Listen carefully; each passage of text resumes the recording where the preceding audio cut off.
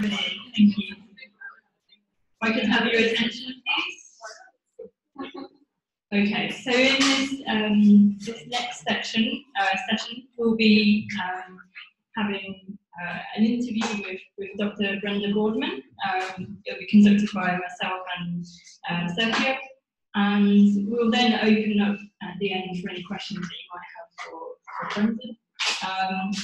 Brenda is someone that probably doesn't need an introduction to most people, but nevertheless, Dr. Brenda Boardman is the author of two influential books on fuel poverty, published in 1991 and 2010. She's been instrumental in leading to the creation of fuel poverty policy in the UK, and has also contributed to energy poverty policies at the European scale and across different European countries. You can find a more expanded biography in the training booklet there. But yes, so we're very excited to have Brenda with us today, and we're looking forward to having a good discussion about all things energy poverty. Readjusting the sound a bit because we are recording this conversation. Brenda has very kindly agreed with it, so it's being voice recorded, and also she has improvised here some video recording. Hopefully we can make something good out of it. Marilyn is helping with the sound here. So the idea is that we'll be we prepared a number of questions that we've shared with Brenda a few days in advance. So there'll be some sort of conversation here based on the scripts, and then we'll open the floor for questions from the audience. That's okay? Okay. So Brenda, how did it all start? I mean, as Harry was saying, your work is foundational for fuel energy poverty research. But what inspired you to look into this direction? Was there someone talking about fuel poverty in the 1980s when you started looking at this with your PhD dissertation, or even before, and whose work influenced you in those days? No, not really. The whole concept of fuel poverty was not around at that stage. There were discussions, there were quite a lot of activists working on the problem because of the very dramatic price rises that had occurred in 1973 onwards as a result of the Yom Kippur War. And the price of energy, the price of oil, and therefore other forms of energy, went up fourfold, quadrupled. So it became very dramatically a problem for a lot of people. But there wasn't an academic situation or focus at that point. There were the activists. What there was beginning to be was an awareness about energy conservation, partly because Britain had great balance of payments problems at that stage. We were importing too much of our fuel. So there was nothing that actually sparked me off, except something inside me. One of the interesting things is it took me a long time. I was nearly 40 at that stage, and it had taken me a long time to discover housing, because you don't do it at school, or I didn't do it at school. It then took me quite even longer to discover energy, let alone the use of energy rather than the supply of it. And again, I didn't do that at school. And somehow I managed to bring the two together. It took me a little while to realise that you could. And the rather curious thing is, I don't know why, if you like, I had a social conscience. I don't know why I minded about the poorest people, but I did. It was the 1980s in the UK, if I'm not wrong. It was Margaret Thatcher government in South. I'm wondering, was there that sort of political and social context? Was there something there that triggered perhaps your interest around these issues? I've been doing an open university degree. I had a curious trajectory, so I didn't go to university at a predictable time. So I was doing it with correspondence courses, and I had, as I say, brought housing and energy together. And I was looking at energy in the home, and I sat down one day and I had a lot of papers, as academics tend to have. And I made one pile of all of the papers about rebuild.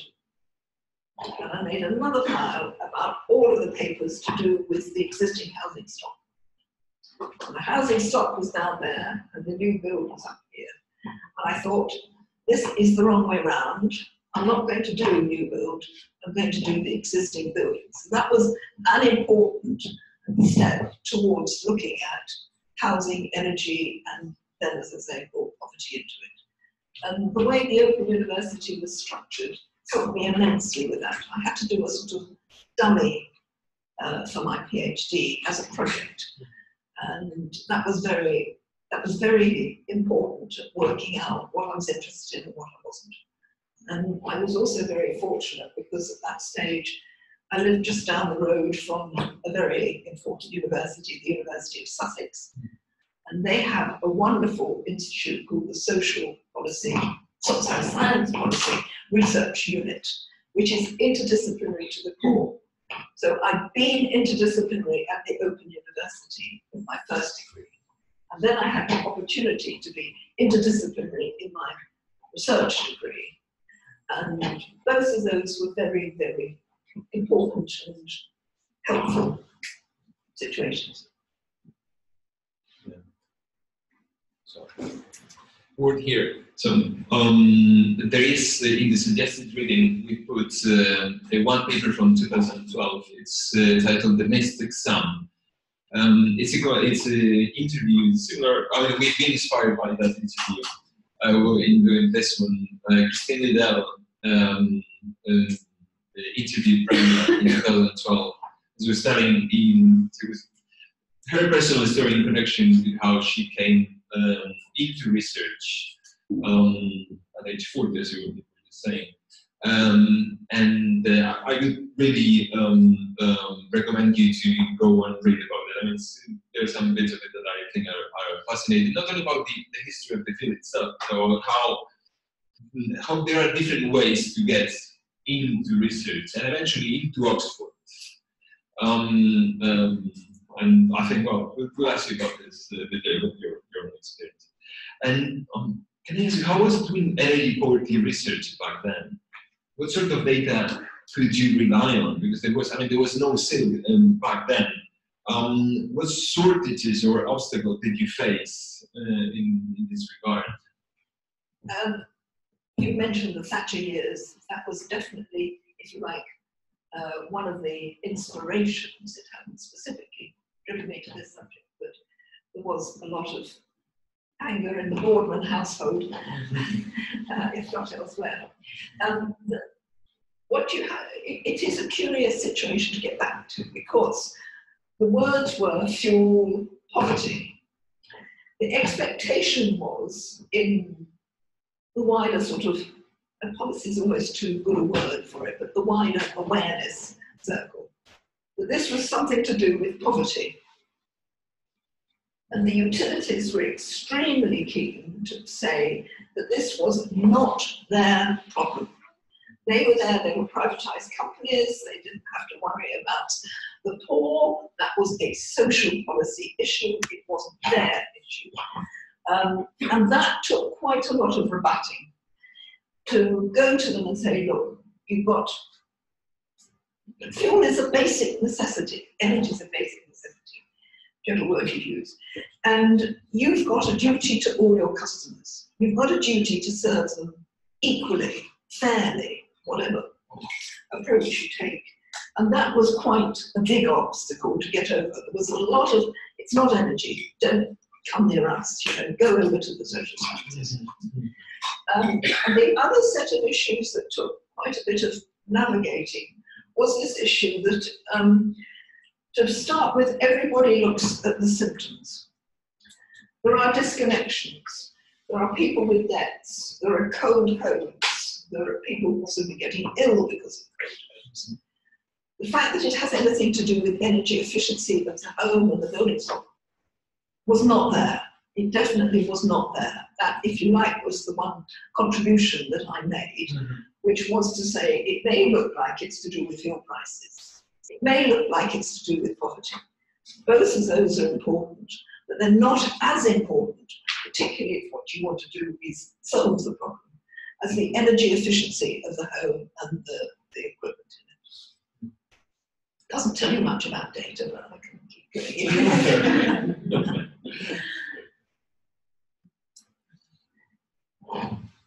So going back to what you were saying earlier, right, you had a slightly unusual route into an academic career, and within the missed exam interview with Christine, it contains, I think, a very inspiring account of your route into the University of Oxford, and the way that you became a researcher.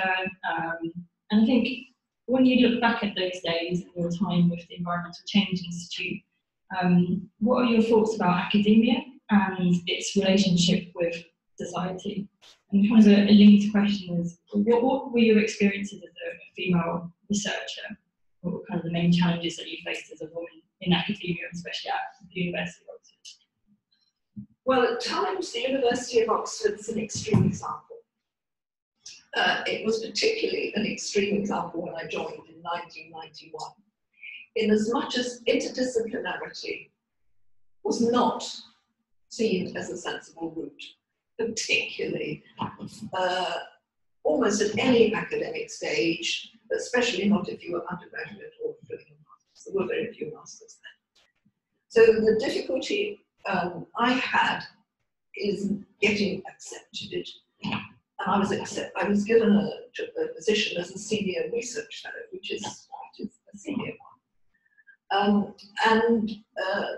It was this issue of interdisciplinarity. And to those of you that are here, please, the one attribute you've got to have is to be brave. Because interdisciplinarity always means that you're a little weak on every subject, but you're actually strong than most people on all of them. And I can still visualize my interview at St Hilda's College, which is where I was based to start with. And I'd got these wonderful, I think, like 7 or 8 academics interviewing me. And there was the economist and the geographer and the political scientist, etc. And especially the economist, you could see that he didn't much like my answer to his academic question about economics. But equally, you could see he was quite interested in my answers on the other subjects. And what poor old St Hilda's had to do, because it was a post of a senior research fellow in energy efficiency, I'd almost definitely got to be interdisciplinary. And that's actually what some of them wanted. But you could see them grappling with this issue of whether I should be good at a single subject or whether it was good enough to be a bit weak at each subject and interdisciplinary. Now that's also a situation, I think, that reads across to politics, especially in a country like, it's actually worse in England than it is in Scotland, Wales and Northern Ireland. I don't know other countries, but you have these single subject departments.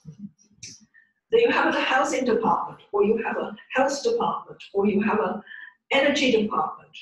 And what you want them to do is work together, but they're not designed to work together. They can have these lovely interdepartmental working groups, but my experience of those is that they're not particularly powerful, they're not particularly effective. So the whole interdisciplinarity, which I think is actually increasing in society. It's been more stark since '91, but climate change is another good example of how we're going to have to do this. And it may require us to have different types of governance, as well as different types of approaches in academia. And the female bit, I don't think I've ever really worried about it. That may just be partly because I'm relatively self-confident, hence I'm sitting here.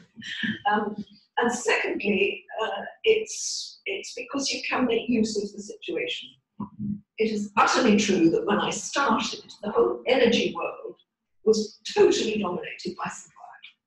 It was totally dominated by men working on supply. There was one notable occasion when I went, it wasn't a very big audience, but it was big enough, and I was introduced as Madam Speaker and Gentleman. There was no other woman in the audience. However, things fortunately, wonderfully, do change. But the other thing, when I say you can make use of it, and certainly I used to always say to my team, if you go to a conference, make sure you ask a question. Make sure you stand up and get noticed, partly because it makes you think of a question.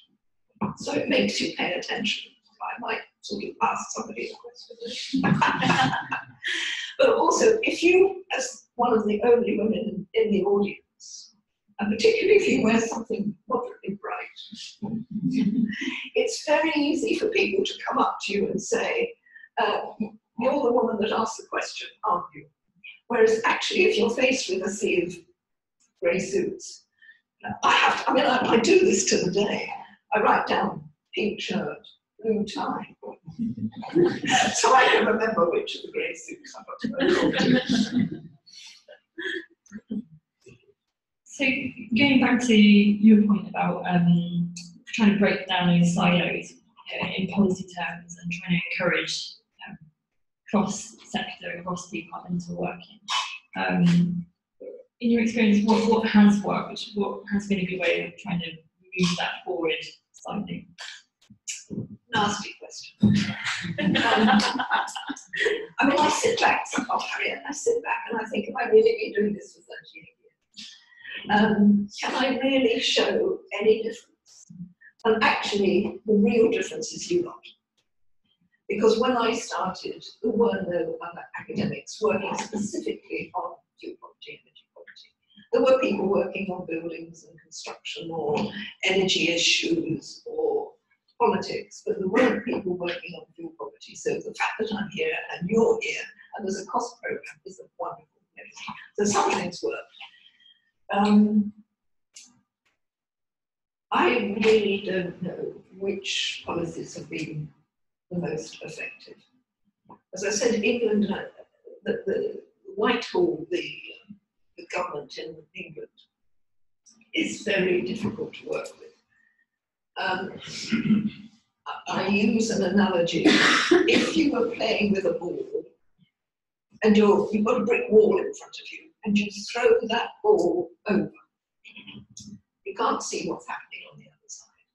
You hear some rustling noises, so you think somebody's found your ball, but you're not quite sure, they may just be there. The one thing in Whitehall you are absolutely certain about, the ball will never come back. They will not acknowledge that you've helped them. So your ideas may come through a bit later. You may see things like an area-based or health or the focus on the property owner or some other issues that I have been advocating for some time. Do gradually creep up the policy agenda. It sometimes takes years. So finding out what's going to be effective within Whitehall is difficult.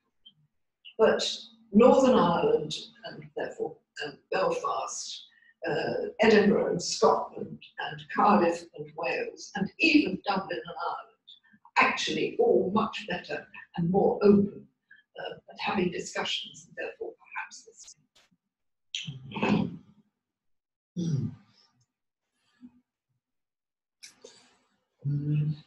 You have had some sort of dual identity, at least in part of your career. One can read in the missed exam paper that you joined the National Right to Fuel campaign in 1984, and then you chaired it from 1987 to 1981. Then in this paper, in this interview with Christine Liddell, you also say that you played the role of activists, campaigns, as you call them. And lament how they are often belittled by academics. The question is around some sort of reflection about this dual identity. I mean, some of us have us personally and politically involved in energy poverty as political issue, fundamental political issue. And how did you navigate, or do you still experienced your dual identity as an academic, as a campaigner? I mean, there are people here who I'm sure they have been in a similar position. I've always believed, Sergio, that being an activist, having your heart involved, is important, just like being an academic and having your head involved, so that it makes you more passionate about your academic work and more accurate in your campaigning work. So I like them going together. But sort of fitting in with the earlier question about have I ever been influential, I think part of the answer to that is that it might be a little bit daunting to somebody in government to have somebody as forthright as me coming along and talking to them and telling them they got it wrong. So that might be a downside. Sorry, I have to do this because otherwise, yeah.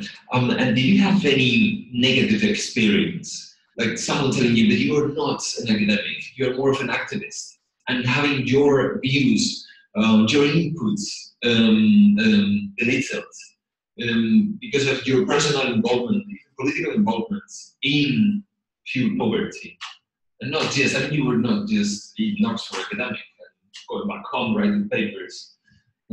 Not to my face. I don't know what they say behind my back, but I suspect. But going back to being an activist, I think one of the important issues about being an activist is you meet the fuel poor. And I think that's extremely important for all academics. And if you like, it's one of the things I think I probably should have done more about. I actually don't meet the fuel poor very often. I have done on occasions, but I don't. When I say I'm an activist, I'm not an activist running a walk-in centre or something like that. I'm an activist in political terms, more than that. And I think it's very important to be able to understand what is going on in the minds of somebody who's fuel poor, what is really affecting them, what is going to really help them. And I think probably I would like to have done a bit more of that. And looking at your the impact of your work beyond the UK, well, in 2009, the directives on the function of the internal market of gas and electricity, they include for the first time the reference to, they mention energy poverty, and they state that vulnerable consumers, they need to be supported in some way, and they prescribe member states to do something about it. There is, you may have heard of this Right to Energy Coalition, a campaign bringing together social and environmental organizations across the EU as a joint struggle for the recognition of energy as a basic human rights. Two questions. What do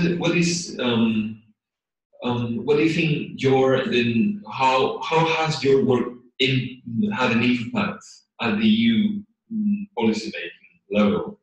And what do you think about this right to energy? It connects to the right to fuel campaign, I mean, something in the 1980s, because this is the way energy poverty campaigns are being framed currently. I mean, in Barcelona as well, not only this. It's a basic human right to have shelter. And if you unpick the word shelter, it must mean being able to keep warm in a cold environment.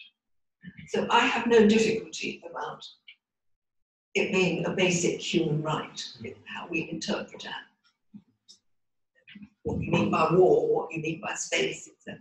So I think it should be in there.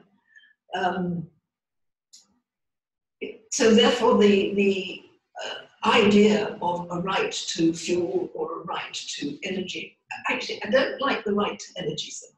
It's a right to energy services, because it is warmth, it is cool, it is healthy food, it is a well-lit staircase. It doesn't matter what it is, it's the service that you want, not just the energy.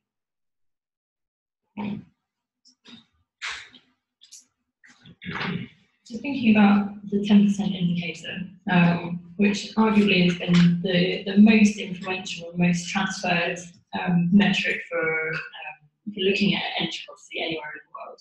And indeed, it's made its way over to Mexico and Chile now. Very pleased or not pleased to know. So maybe some reflections about how that particular threshold came about and what it meant in terms of policy recognition for fuel poverty within the UK when it was first devised. Well, you asked me earlier, and I didn't really reply, about what data was available. And government statistics are still pretty good. I've actually never collected primary data of my own.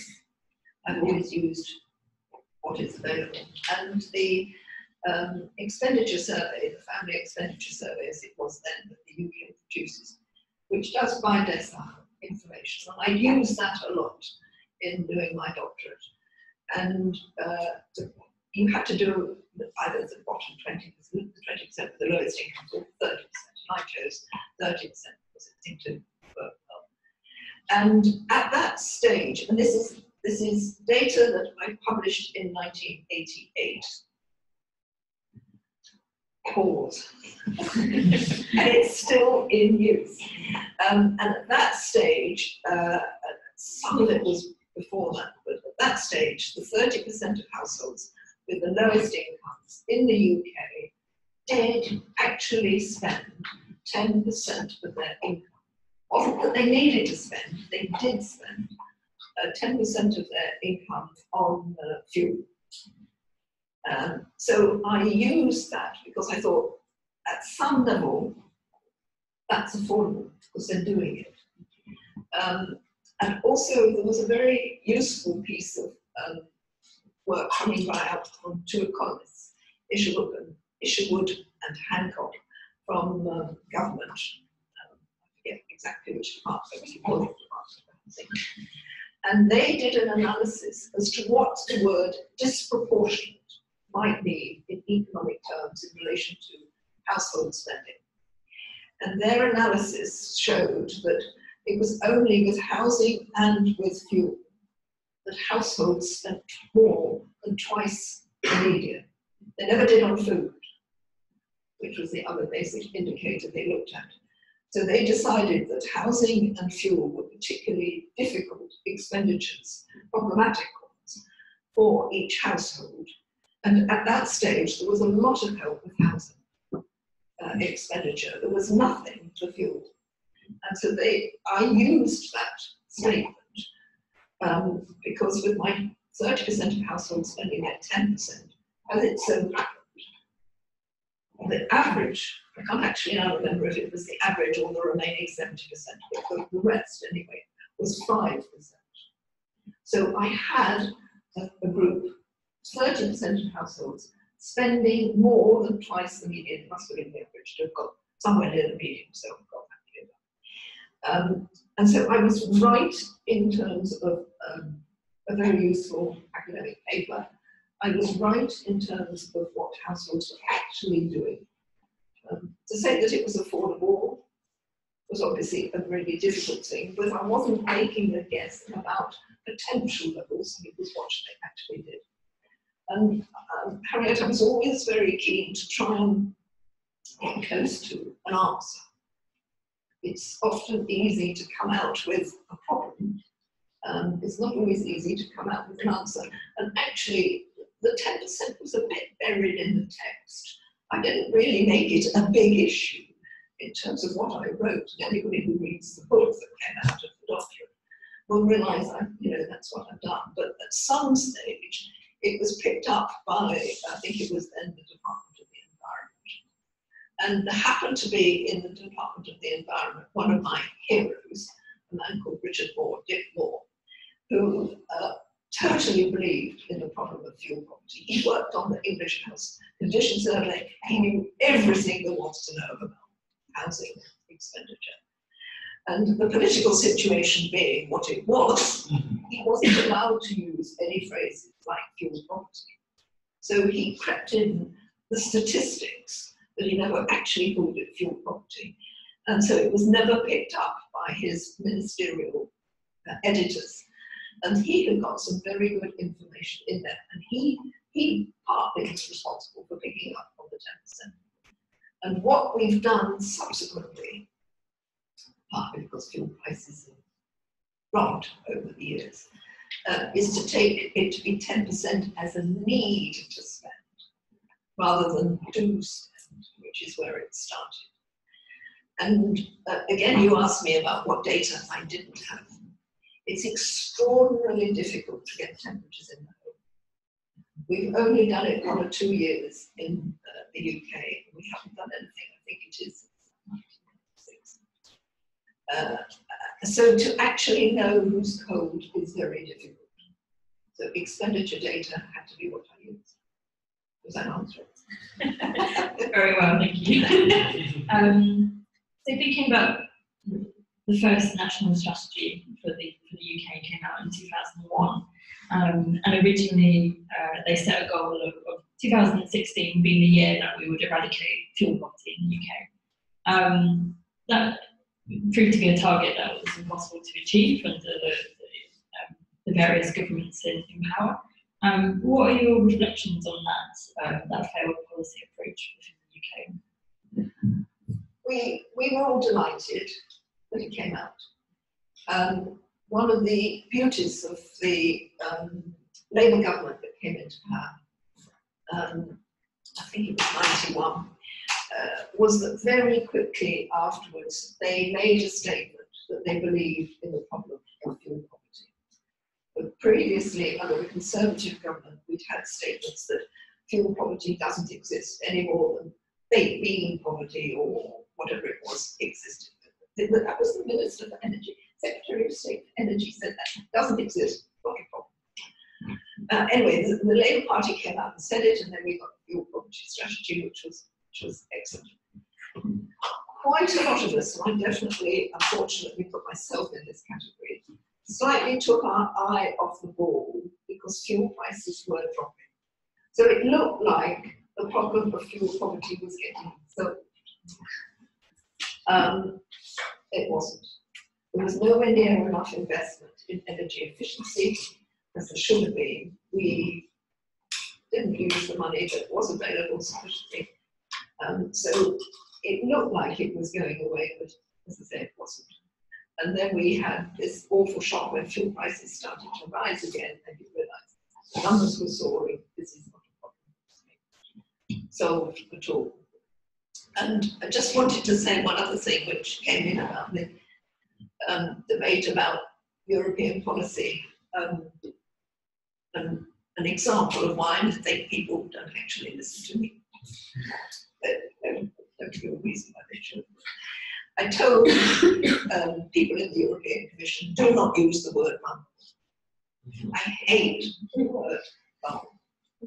If you use that in Britain at the moment, where there's the number of households where there's a young person, an old person, a sick person, or a disabled person, it is 42% of British households, when it was when I last looked. I mean, it is a hopeless word. It's a bit like the word environment. We now don't use that very much. You know, we realise it's just too vague and imprecise. Yes. Can I keep going? Of course. Well, listening to the introductions that you both made, it was very interesting because I was sitting there and thinking, one of the tasks you've all got is to decide on your unit. You can have a sick person. You can have a household using a heating system. And you can have an area-based approach to investing in energy efficiency. And you've got to decide which of these you're focusing on. And the British government is still in a mess. I went to a presentation, I think it was only about a week ago, and they're talking about the problems of churn. In other words, the rotation of people through the housing stock. Now, you have a churn in terms of households. You don't have a churn in terms of buildings.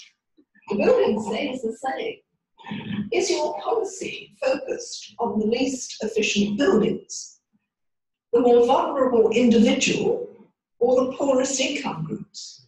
They are not the same groups at all. And another of the things that I wanted to make sure I got into this discussion is the whole issue of, and again it came up in your introductions a little bit, what is it you want to measure? Do you want to measure a national problem? Or do you want to know how to confront the fuel poor on the doorstep? And again, they are two completely different things. You can have some fantastically sophisticated academic national data on the depth and extent of fuel poverty and trends over time. And it gives you a situation which is completely hopeless when you knock on somebody's front door. So for instance, we have in Britain a definition which is based on 60% of median income. I go and I knock on your door, Sergio, and I say, are you in receipt of 60% of median income? And by the way, it was not this year, it was last year. Well, nobody could answer that. None of you in this room, except those of you that are well off, could answer it and say, I know the answer. It is an absolute, John Hill's definition is hopeless in practice. And in a way, what I want to say to you in some of your debates this week, think how you would knock on a front door. Think how you would provide this service. Think how you would actually help the fuel poor. And then worry about the definition.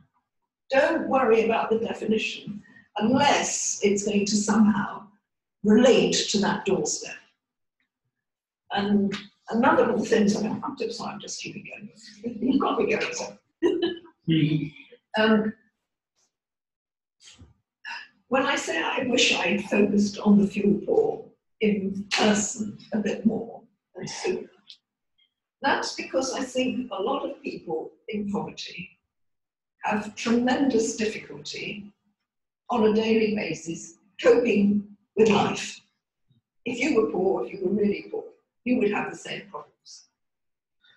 And the issues like, do you heat the room? Do you have something to eat? Do you buy a second pair of shoes for the kid? What do you do?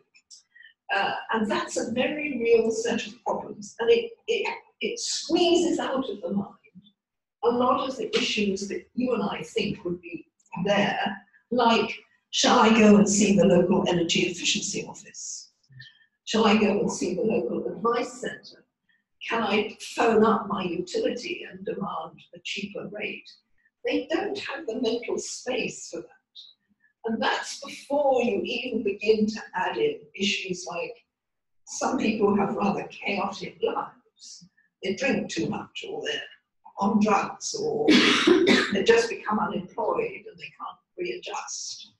And then there's another group of people, and I put sort of typically single female pensioners into this category. Their whole existence is so precarious, they don't want to risk making it worse, so they won't talk or even contemplate making a change. So the idea they would self-refer, the idea that they would talk to their landlord, forget it, they won't do it. And that's one reason why I've latterly become particularly focused on a community area approach, is because I think that what might happen is that if I was hiding and a reluctant pensioner, and my neighbour, Miss Thompson, had something done, and I sort of bump into her on the stairs, and she said, you really ought to go and see these people. They were absolutely wonderful. They didn't cause a mess. And I was much warmer this winter. And when you next see the yellow van around, you should go and see them. I'll come with you if you like. That sort of community approach, getting people to help each other, even when they're very reluctant, I think would be much better. I'm a bit nervous about some of your data and what I call pepper potting. you know, I'll do that house there and this house here, and you've got to find them. You've got to know it's number 33, not number 35, etc. So I've stopped for a bit.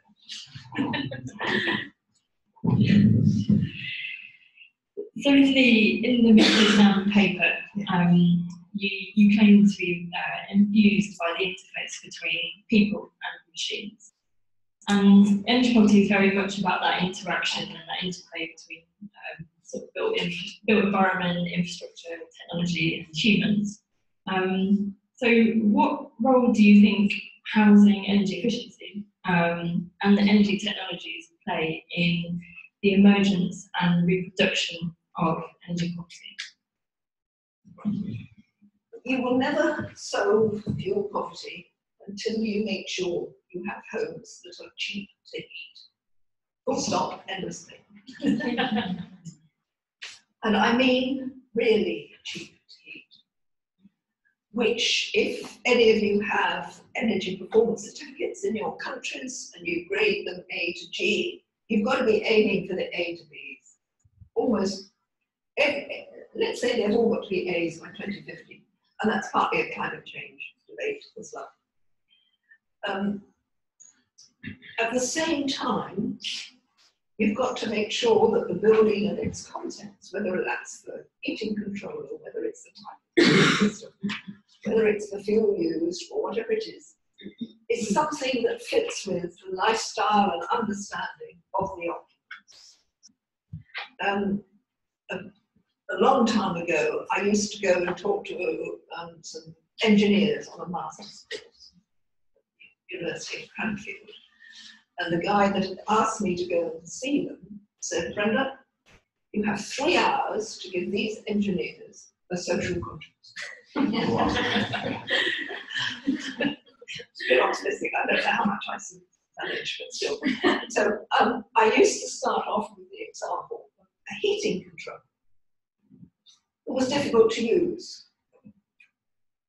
And I would say to them, my belief is that it's badly designed. It's not that the user can't use it. The user can't use it because it hasn't been designed for this person to use it.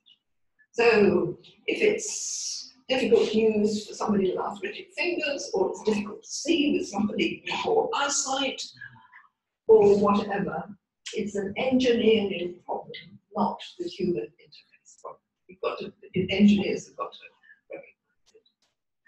I think that answers it. I would say so, yeah. And I think some people talk about the other night was this idea of a faulty consumer is very prevalent throughout, Horizon 2020 bids, the way they frame the calls for funding. Yeah, definitely this idea that it's always the consumer that's at fault. It's just people passing them up.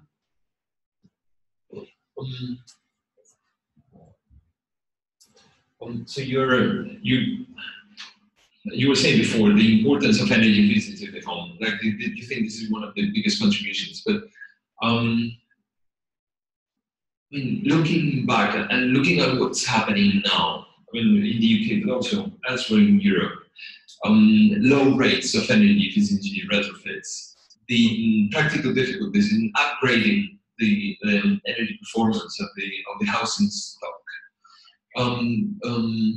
And I very much started looking at energy poverty when I did my PhD in Hungary with the anaerobic faucets from this angle. But in a way, I've become a bit skeptical about all this, precisely because the practical difficulties in moving forward with this. And I'm paying more attention personally on other more short-term drivers, such as the role prices and the role of utilities. What would you say about this? How happy are you with developments in moving forward with energy efficiency? To what extent do you think this is working or not? There's no doubt about it, retrofitting the whole housing stock to a high standard is extraordinarily challenging and difficult.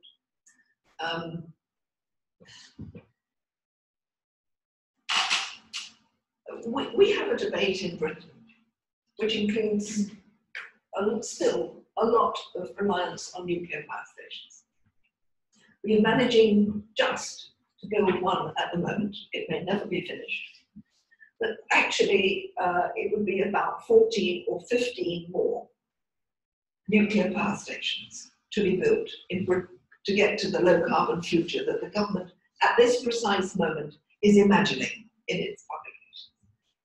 So much as it is horrendously difficult to do the whole housing stock, would it be more difficult to build 14 or 15 nuclear power stations? I think that once you start looking at these options of how to decarbonise society, you begin to realise that none of them are easy, and they're all big. Having said that, the whole issue of the role of the utilities, I'm just appalled so far at the way the privatised utilities in the UK have contributed to the creation of yet more fuel poverty. The statistic that I give that to me demonstrates in the harshest possible way the extent to which a utility has a social conscience.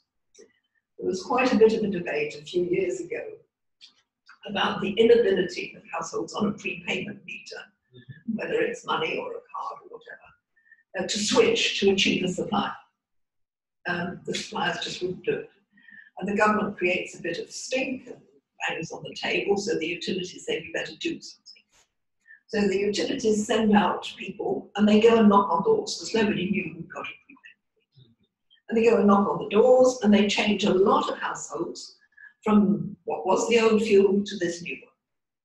And Ofgem, the regulator, did a survey and said, okay, let's see how well this has worked. And they went round and they went to some of these households to find out what the true situation was. 48% of the households who had changed as a result of someone knocking on their door had been put onto a more expensive tariff. They were on an expensive one and they were put onto a more expensive one. And as far as I'm concerned, that just shows and demonstrates the total lack of understanding and social conscience of the utilities, and also the weakness of the regulator to let them get away with it. We are seeing exactly the same in Spain. Like 3 large energy companies knocking on everyone's doors in this country. At least I see more than once over the past few years, and making energy poor customers moving into a more expensive tariff. I'm a bit conscious of time. What's the, because I'd like I want to say a bit more. Yeah. Okay. As I said at the beginning, there was a lot of debate about the extent to which energy poverty, and by the way, energy poverty and food poverty are exactly the same thing. Don't let anybody tell you any difference. It was Stefan Buczarowski who decided he didn't like the phrase fuel poverty because it was my phrase and he wanted his phrase, so he came up with energy poverty, and I supervised his doctorate, so I know.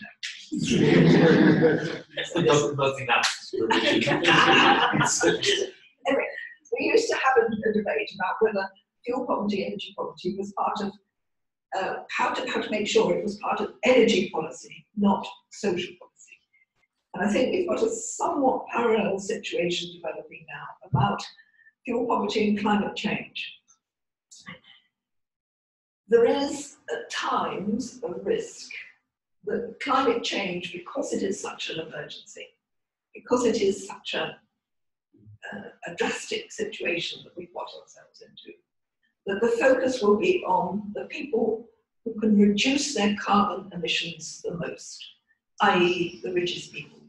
They don't need money, and they are using a lot of carbon, producing a lot. And we've got to make sure that the debate stays for the whole of society. And why do I say that? Because it's really important. What is climate change about at heart? It is us protecting future generations from the horrible climate change related issues that we think are coming. I don't want to have a policy which is to help future generations, which hurts the poor of this generation. So we've got to make sure that the poor of this generation, the fuel poor, energy poor, are incorporated totally into climate change policy. So, yeah, and then after that. I remember you were the examiner on my PhD, and it was quite grilling, I tell you. I remember at the end when it was finished, and I said to you, how do you stay positive and stay engaged with decision makers? Because after maybe 5 years of having the same discussions with the same people in Brussels and going around in circles and only advancing a tiny amount, I was like, how do you still stay positive? So my final question to you is, do you have any? You said you just got to keep at it, I think. I think you said you just got to keep at it and chip away at that block. So my final question is, do you have any tips, but also perhaps some words of inspiration for the practitioners and the early career and not so early career researchers in this room for the task that we have ahead of us? Well, I hope that you've recognised I find it stimulating and enthusing still to this day. It is a fascinating interdisciplinary problem. And the more you look at it, the more you will find you don't know and need to know. So I think my answer to you is, please keep at it. It is brilliant that you're all here.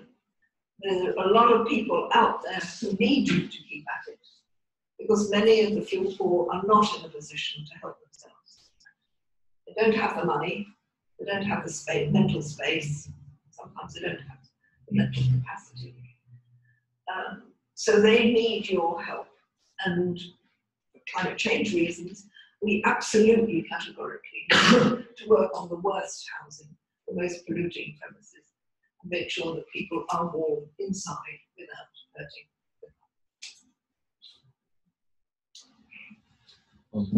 Thank you, Brenda. Let's open the floor now for questions from you all. You can please say your name and affiliation. Good afternoon, João Gouveia from the University of Lisbon.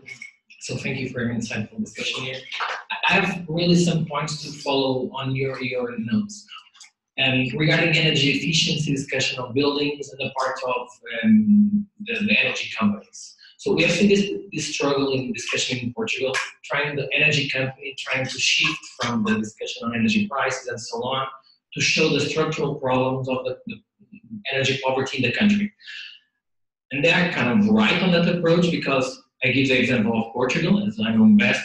We have 75% of the building stock with C, glass or below. So we see the structural problem not only on energy poverty related issues, but the whole population situation. Linked with that, we have only the renovation rates around 0.02% per year.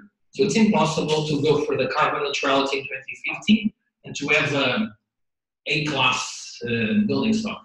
So this is really a tricky point, because we have a structural problem on the building side, but of course, so Portugal is on the high end of energy prices, electricity and gas. So how to have this discussion with utilities and with the government, because from the past years they were not recognizing not only the problem of energy poverty, but thermal comfort in winter and summer in Portugal, with consequences on health and other things. So I think we are now trying to build that discussion with them, and I think they are increased awareness, but it's difficult to manage this situation because we have a big problem on buildings. 75% is huge. And also an additional thing, so the regulation for new buildings is B-, the minimum threshold for new buildings. So the lock-in of buildings for the next 30 years, just crazy thinking that we are putting now B-. So, I sympathise. It's really important that you mention including government in this, particularly when the utilities are privatised. I'm sure the situation is in Portugal. But if you have a pound coin, a euro, sorry, let's remember. If you have a euro and you put it into a new power station, you then have to charge the customers more to repay that money, so the fuel bills go up. If you took the same amount of money and you put it into energy efficiency improvements in the housing stock, fuel bills would go down because they're using energy more efficiently. Now, the really, really difficult political question, how you get that £1, €1, whatever, 1 billion, whatever it is, not spent on more supply, but spent on reducing demand. And it's almost definitely got to be a government intervention to do that, because you've got the choice of putting up prices or lowering prices. Through that capital investment, how are you going to do it? And all of the issues about, whether you'll save the National Health Service costs and things like that, important. But it's a very, very difficult thing to happen if you've got a privatised utility. That's part number one. Part number two, almost every generation leaves a legacy for future generations. And the one that I like to cite is that the Victorians in London put in sewers. They didn't think, was it cost effective to put in sewers? There was a few health crises and they had to do something. But many of those sewers are still in existence. We're still making use of them. The legacy to our generation has to be low energy buildings that use low energy for future generations. All of those generations, and there's a couple of them between now and 2050 and way beyond. So we've got to start saying, this is not about cost effectiveness. It is about how to solve a really big problem, a social problem at the moment, and making sure that we've done it for climate change reasons and future generations. But you've got to involve the government. You've got to persuade, hopefully, a left-wing government to get on with it.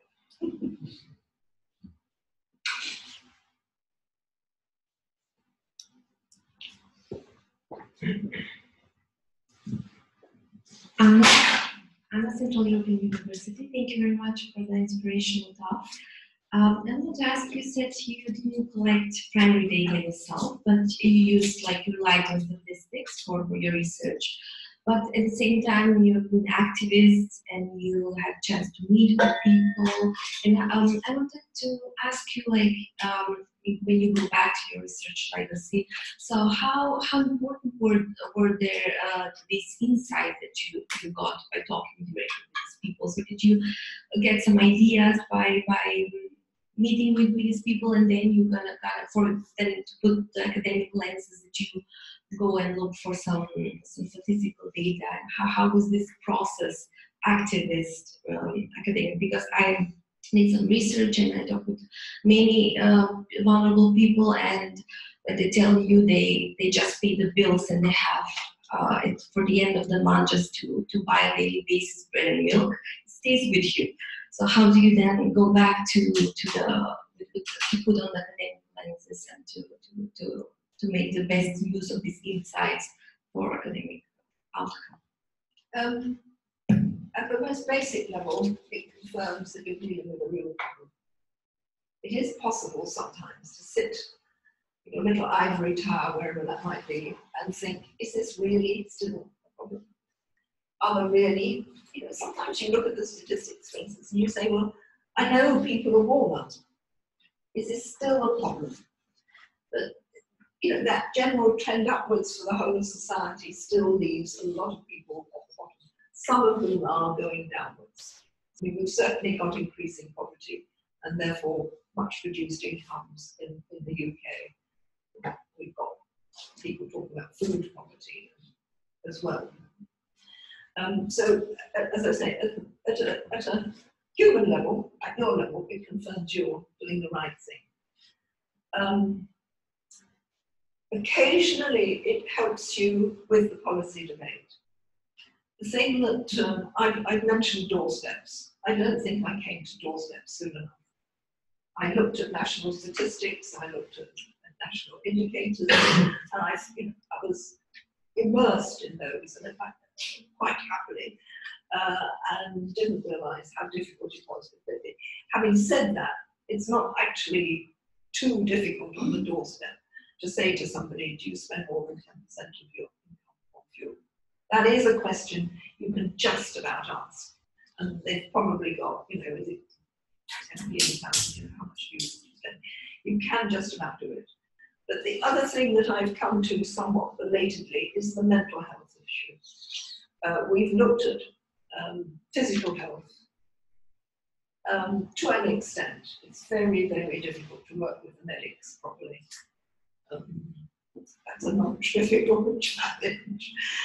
But the whole mental health issue, Christina Dell, who was mentioned as the person that was asking me questions before, she is a psychologist, and she says that if you add stresses to people, it becomes exponential. So unemployed, rent, fuel, health, and you've got astronomical. And if you can but remove one of those, it's a very substantial improvement. It's not a linear addition. And so therefore, just removing the problem of fuel bills, for instance, helping a bit by people switching, if you can help them switch to something cheaper, or even onto a prepayment meter, if that makes it more manageable, as its other problems. So if you meet people and you understand, on one occasion I was part of a group giving funds to local activists, and we gave some money to a group dealing with people with mental health problems. And I went up and saw them, and it was interesting because the help that they gave somebody who was anxious or depressed was no different from the help that you and I would give to anybody. But the issue was you had to be much more tolerant about when they could receive that. So they might come and cancel at the last minute or burst into tears, so you had to end the session. It altered the amount of time, effort and money you put into giving that advice. It didn't so much alter the type of advice. But if you were able to help them, that was fantastic. Does that answer it, do you think?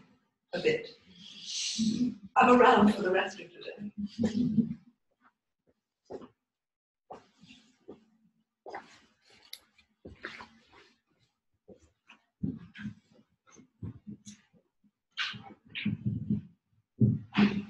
Hi, I would like to ask your opinion about the sort of public awareness aspect of the term and the issue, because I think it's quite clear why it's so important for policymakers, for academia.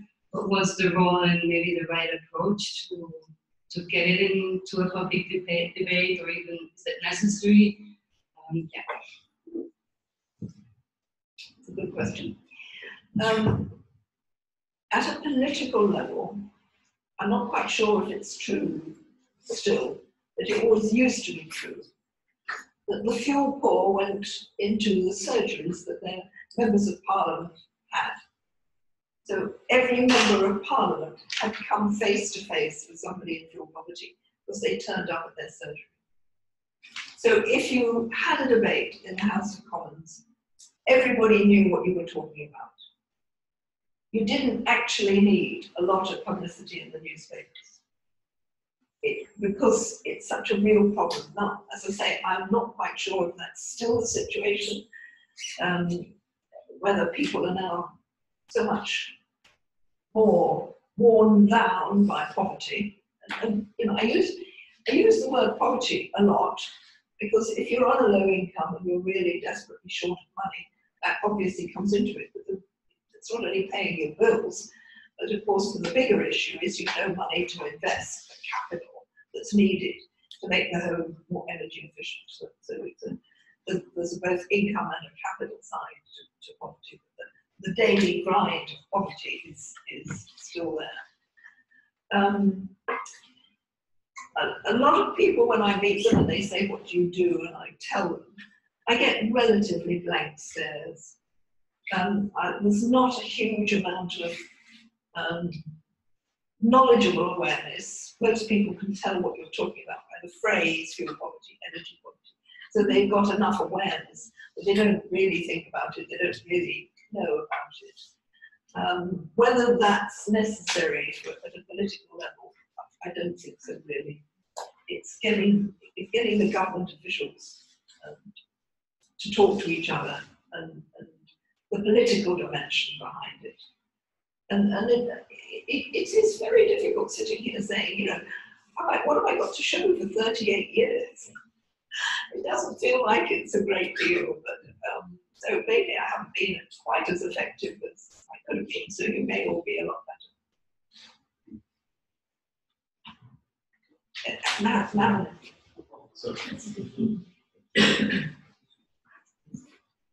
Marilyn Smith.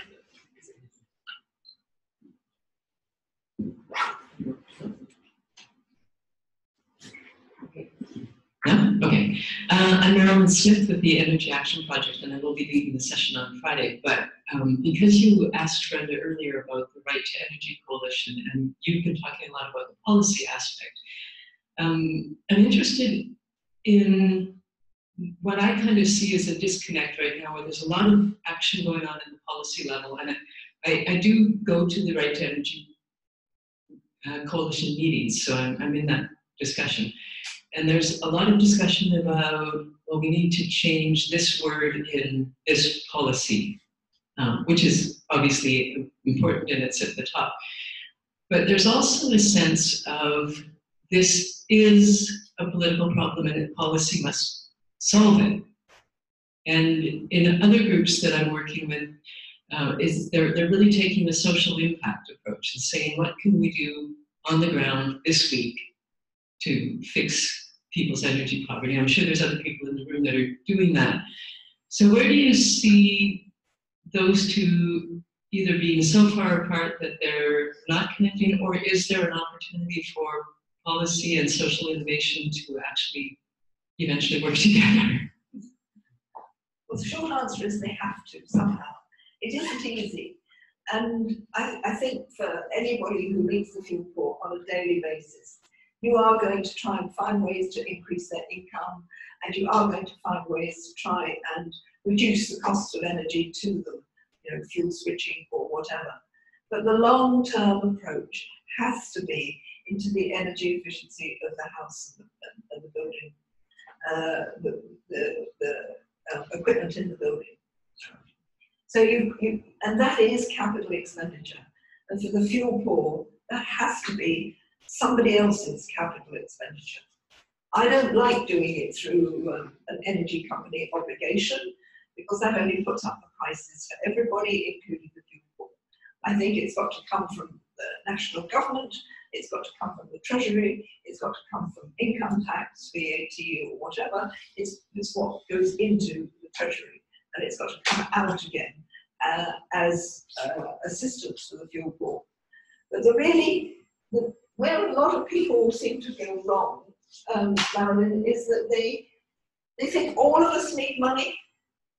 I don't need money to make my home more energy efficient. A lot of you won't need money to make it more energy efficient. But actually, we've been encouraged by policy, certainly in Britain, over the last 40 years or so, certainly since about 1976, to think that even the better off households can get a grant to make their homes energy efficient. Forget it. We've got too much need in the poorest homes. That's where we've got to focus the money, and increasingly we are, but not sufficient quantities of it. But the better off households, the you and me's of this world, still are not recognizing it's our obligation, our duty to future generations to do something on our own homes. And that's one reason why I'm a great advocate of regulation. I've done quite a lot of work in the past on appliances, fridges and freezers and washing machines and things. And mandatory minimum standards have worked brilliantly. Every single one of you is probably using an A-rated fridge. But when we started in 1995, you were almost all using G's and F's. And you didn't actually notice the policy change. All you suddenly found was you could only buy a more efficient one. And that was because the European Union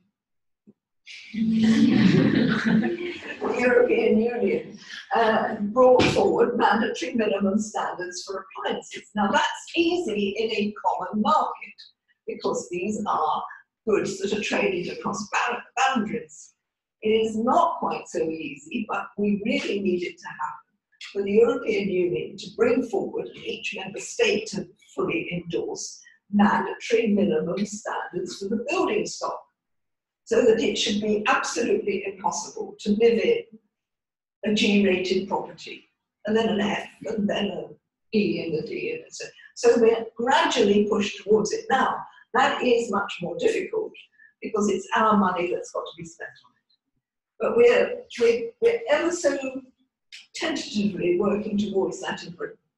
We now have mandatory minimum standards for privately rented accommodation. It started in April this year and it's getting tougher every April upwards. So very few landlords seem to have realised that. And the good thing is that it's a standard. It isn't a measure. It's not saying you will all have cavity wall insulation or you all have loft insulation. None of you will be able to rent out an F or a G rated property. There are a few little quirks in this, like we don't know how to enforce it, but still it's a good policy. And it means that not only are we working towards a standard, we're working towards the building owner being responsible. And at the moment it's the landlord, but the next step is going to be the owner. So just to give you a small example, it might be that if you have a G-rated property, you, as an owner-occupier, you can put it on the market. But the political context is that we're working towards a higher standard. So if I put on a G-rated property and Harriet comes to me and says, I really like your house, it's just where I want to live, and I've put it on the market for say €200,000, and she says, I'm not going to offer you 200,000 because it's G-rated. I've got to spend 20,000 making it G-rated, so I'll only offer you 180,000. What that does is it totally alters the market for energy efficient and inefficient buildings. So the inefficient ones become worth less and the efficient ones become worth more because of mandatory minimum standards. So it begins to fund itself. But I don't know if any of you are in countries where that's happening, but please try and make it.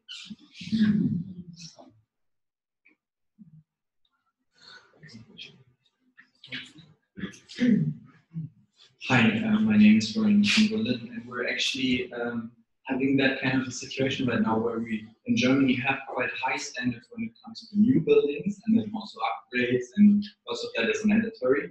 And what we're seeing right now is increasing rent prices, not only because of profit interest of investors, but also simply because it is getting more and more difficult to actually build new houses for a very low price because of those regulations. So now we have this, one is impacting the other. You mentioned expenditure for housing, just housing and energy as two of the major things that are relevant for low income households.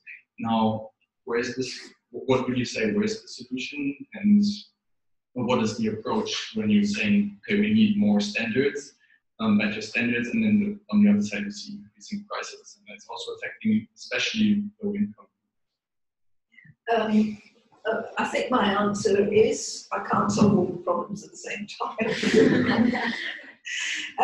We know what we've got to do for climate change purposes and fuel poverty. We also know that it's going to cause problems with rents. Right.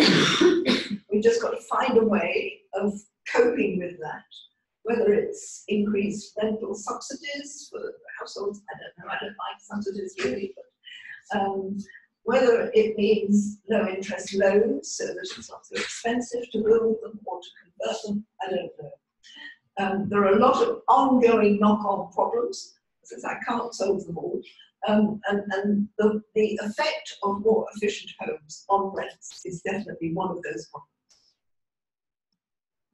But you see, if you're a warm household and you live in something that is made more energy efficient, you will save a bit of money on your bills. So if your rent goes up and your bills go down, that's not too bad. The real problem we have is cold, fuel poor homes who are cold at the moment. They are warmer when they're made more energy efficient, but they do not save on the bills. So they have no money in the kitty to pay off the higher rent. So it's a non-trivial set of issues. As I said, I don't know the answer. Okay, there are a few questions here. One thing, I mean, there are 15 minutes left. I'll try and give short answers. Okay. So we may collect a few questions. So, I may, but still. It's downstream from the University of Berkeley. Let's say this time, the same. I really like your pointer, Brenda, about taking the unit of analysis or just a unit to focus on in terms of being mindful of how impact can work and work together. But I want to push you a little on it because I think that along with the units that you mentioned as potentially worth focusing on, there are others. And they refer partly to the kind of cross-sectorial problems that we've seen come up in a couple of the questions. I'm thinking energy infrastructure, which is really part of transitions. I'm thinking mobility transitions. And when you flag the climate change problem, these are critical, definitive parts of energy transitions that are going to have severe impacts for energy poverty and for many of the groups that you've talked about as units. And that's because they change prices on energy markets and costs. And it's also because they can, due to regulatory lag, due to the absence of the kind of standards you talked about, they can actually cordon off possibilities for change that could bring about decarbonization along with enhancing social equity. And as I read what you're saying, it is an insistence that along with decarbonization, we should have social equity increasing and for targeted groups. And I think we risk that if we focus on only the units that are those targeted groups, we have, we address petty corruption and we miss grand larceny where billions are being poured into energy infrastructure coming up in remote places that puts the costs ultimately on these people. Whereas other kinds, given other regulations, given other standards, other kinds of dynamics of energy transitions would be possible. I'm slightly hesitating about your targeted groups. Yes, of course, I'm talking about the energy poor, the fuel poor. But when I take an area-based approach, for me, an area is about 125 households. It's quite small. And the experience in Northern Ireland, which Harriet knows well, is that if you focus on those known from census and other data to be the most vulnerable to fuel poverty in the greatest deprivation, it's a very high proportion of those 125 are actually in energy poverty. It won't be all of them, but it will be most of them. If you do an area-based approach, what I would like is to have a series of policies available when you knock on the door. So there will be some households where the landlord can afford to do it all and is required to. There will be some households where they own the property and have absolutely no capital, and what they need is a low interest, zero interest loan. There will be actually very few fuel poor who don't come into those two categories. They either own their own home or they're in rented accommodation. But there will be some people who fall out of that, not very many. So the expenditure is linked to the range of policy options you've got on an area based. So yes, I am targeting through an untargeted approach, if you see, gradually targeted. It's a bit like pyramid. The interactions with things like energy infrastructure. I basically gave up on the supply side. I've never really got involved in it. I've always been on the demand side. And one of the most heartening things just recently is the phenomenal reduction in price in renewable energy provision, particularly offshore wind, but also PV on your roof. I always expected the price of a PV panel to come down as the market increased. I didn't actually expect the labour costs to come down, but it has done. We've got much more efficient at it. So I've got my fingers crossed, I suppose, on some of the ways in which these policies will develop. And again, a bit like our friend from Germany, I can't cope with tackling them all at the same time, but I think there will be some ways in which you can solve the energy poverty problem and be aware of some of the other infrastructure and etc. Satisfactorily, not completely.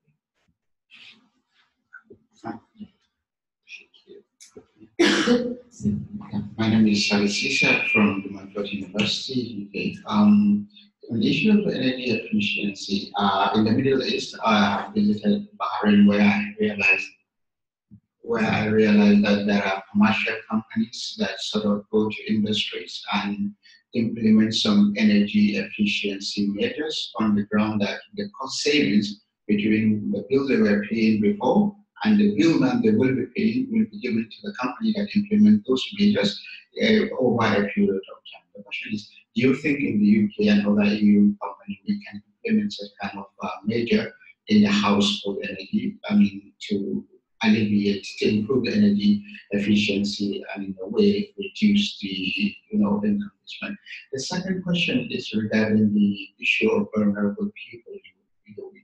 So much don't like.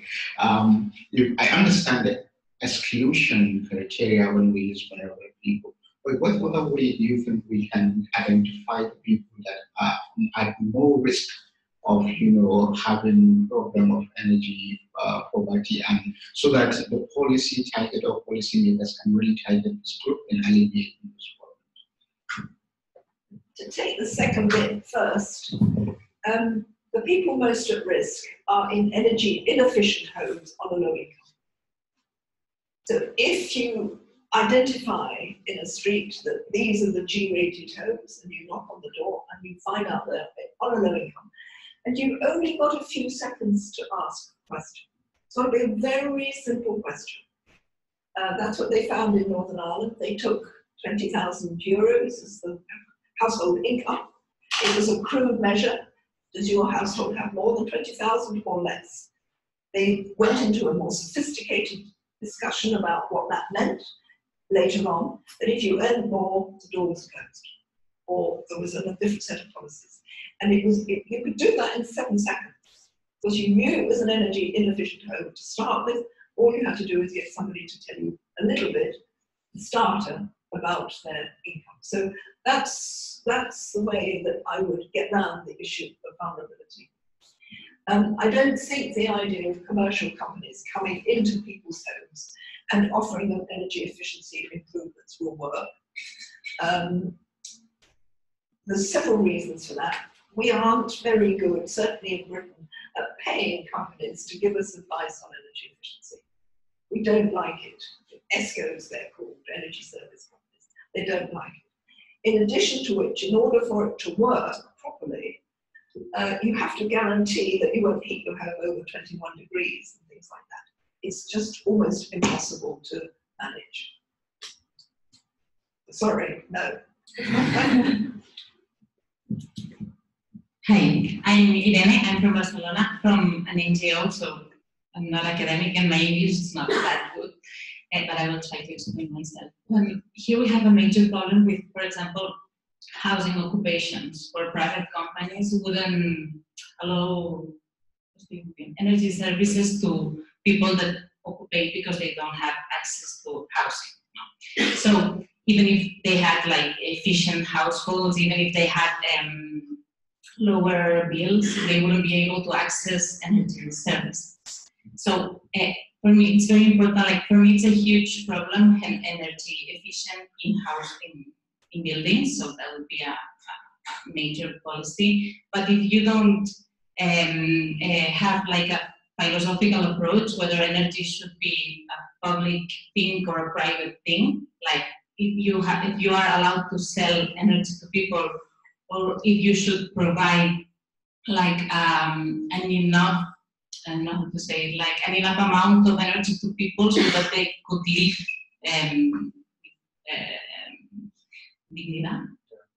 dignity. And if government would be really, or communities would access to manage like energy services, then that would change from the private companies market to a public policy, and then house efficiency would be would be easier. I mean, do you agree with that? I fully understood the question, Sergio.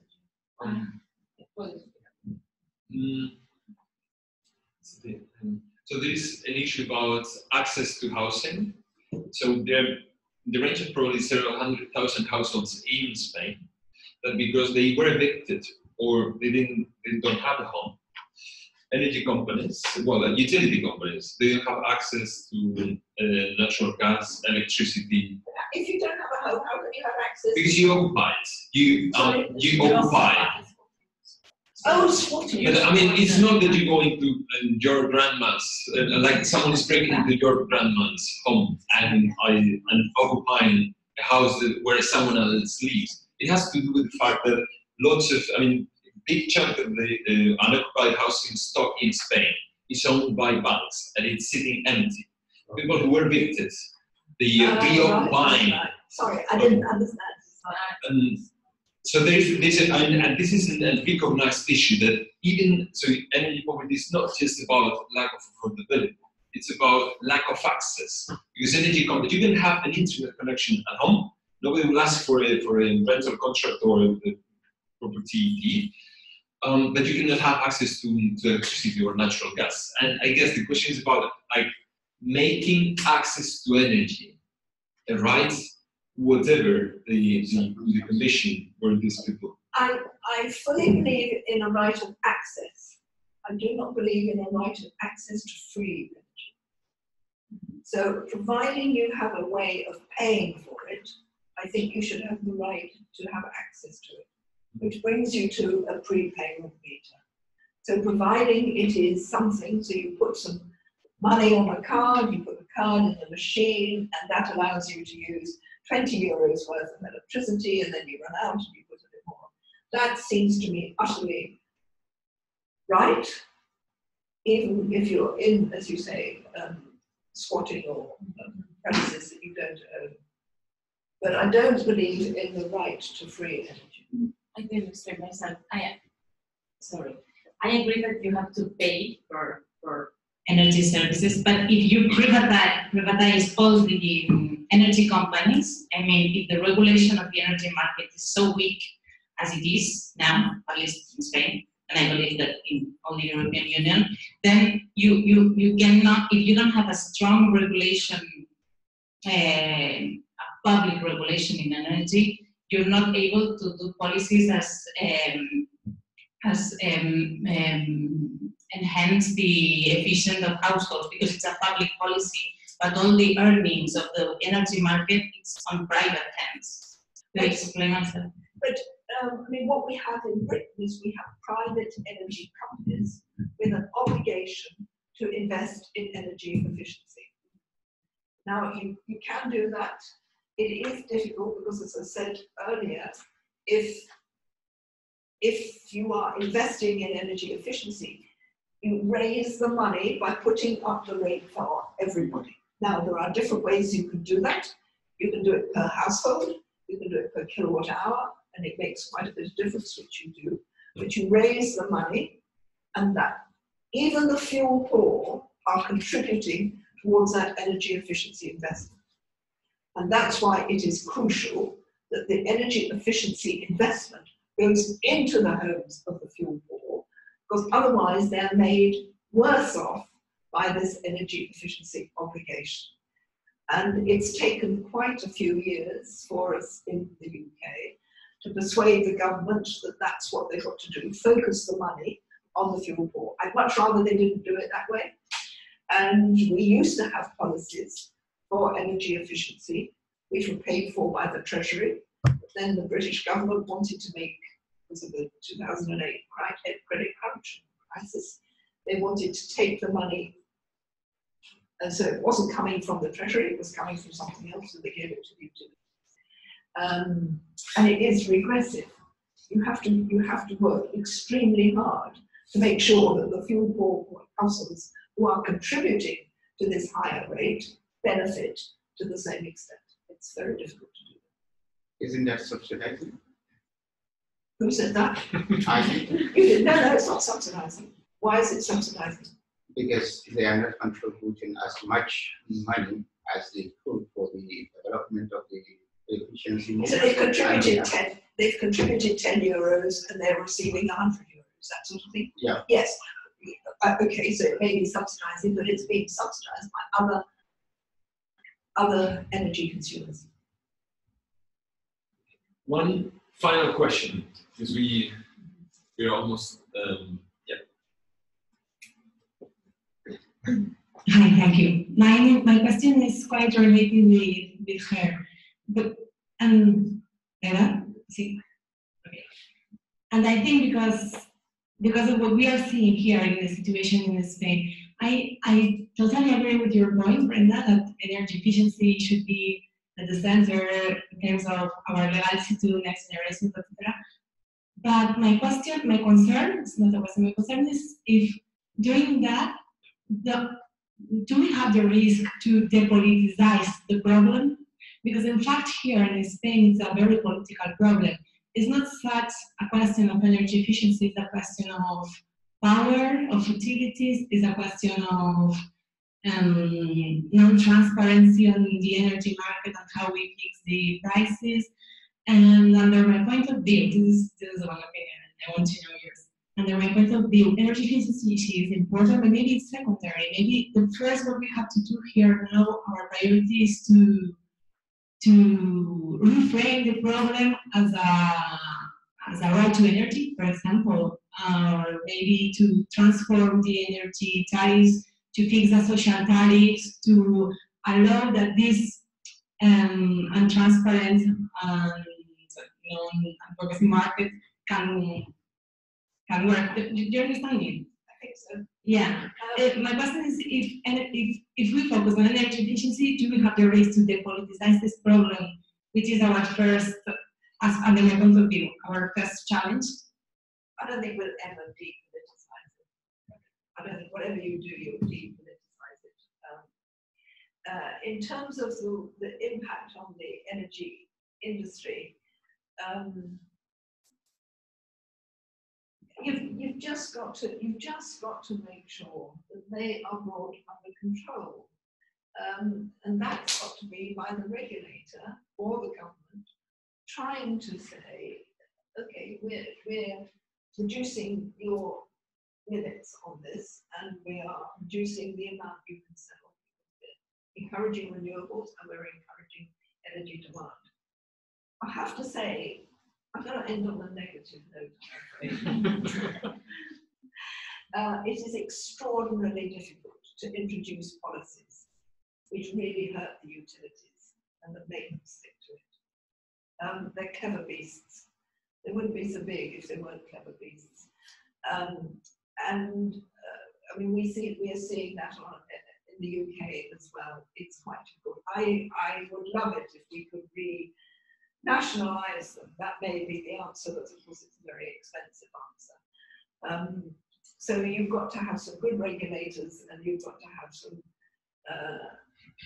some tough policies. Having said that, I can make it a bit more positive. I mean, their world is changing. We have, I don't know what the situation is, but we used to have 6 big ones. We now have 60 small ones. They're not doing very well. Some of them are closing. It's a very, very competitive market. But actually, they're nibbling away at the number of customers these 6 big ones have. So they're losing customers.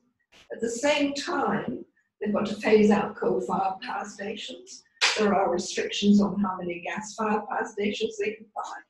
There's a whole lot of new renewables coming in, not much of which they own themselves. It's often a different company, Dong Energy and people like that. So their world is being eaten into. Their power is being reduced, whether it's being reduced quickly enough. And for those of us who can, we can divest from their shares if you can do that, or you can get your pension company to do that. So we are beginning to reduce their power. But that's a tough call. Thank you very much. Thank you very much, Brenda. Thank you all for your questions as well. We'll call it off here. This coffee break here. It's a real privilege to have you. I mean, it's been more than 1 hour and a half. We've been getting at you question after question. Thank you very much, Brenda. Thank you.